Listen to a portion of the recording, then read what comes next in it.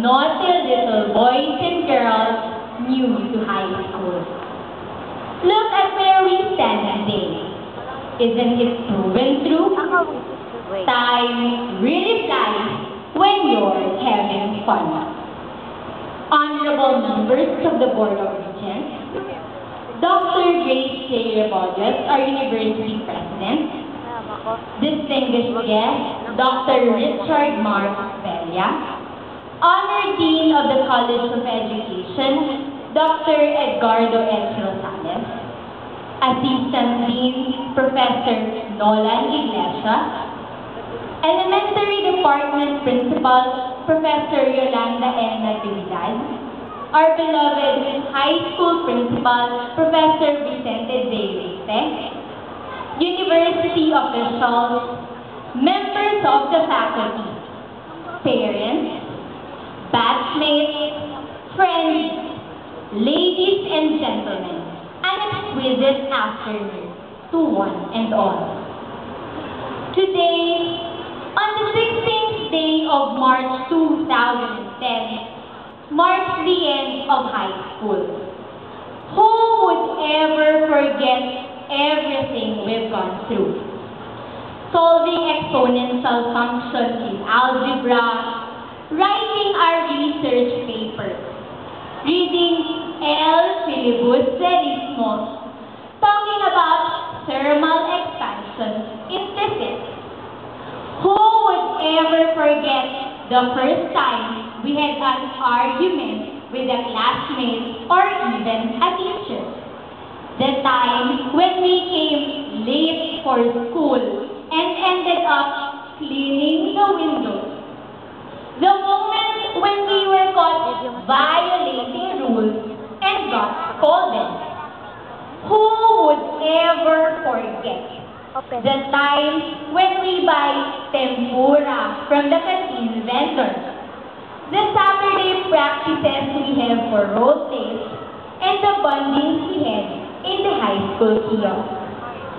Who would ever forget our first love, our first heartbreak, or even those times when we suddenly bumped into our crushes and screamed afterwards? Who would ever forget high school? Whether we were involved in academics, music, sports, clubs, socializing, working, or simply struggling to survive. Indeed, it is true that high school gives you some of the best days in your life. We are both excited yet saddened for this day to come. The next chapter of every graduate's life becomes more challenging. Thus, these commencement exercises do not serve a period of a sentence, but rather a comma which waits for its continuation. As we proceed to a tougher task at hand, we shall always remember these little memories and all the learnings we have acquired in the past. We shall bring with us nothing but three important things. First, memory. Second, lessons. And most of all, ultimate and lasting friends. This will not be the end of a book, but it is just another story to be revealed. Whatever we accomplish, those accomplishments were achieved only through the combination of our own personal drives and motivation and the love and support given by the people around us. Therefore, we must acknowledge all those that have been so helpful in bringing us to where we are today. For the past 4 years of my high school, I have set a dream that someday I would be batch valedictorian. Today, I stand here in front of you to fulfill the same dream my papa wanted for himself 24 years ago. But I knew that Papa wasn't the only one who wanted it for me. At one point or another, I knew that somehow people around me were losing faith that I could still attain this goal. But one person made me realize that this dream can still come true. My mother. This is why I am here today. My journey to the top wouldn't be possible without the people close to my heart who have helped me through every step of the way. First, Allah bless me with all the strength to make it this far. Our parents and our family are the best gifts our God has ever given to us. This I am sure you agree with me. So my dear fellow graduates, let us rise and give a round of applause to our dear parents and to our family. Graduates, let us express our appreciation for all the efforts they have made. Together, let us rise and give them a warm round of applause.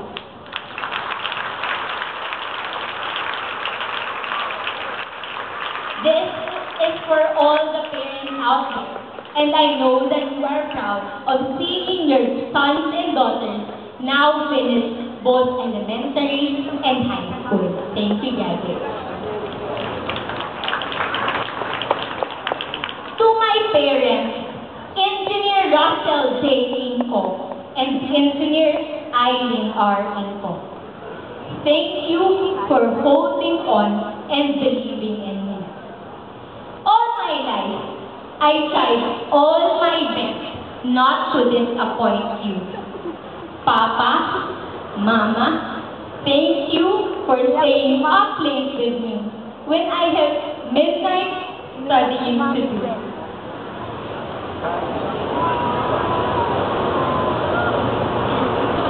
For always telling me not to give up and for all the motivation you have provided me with.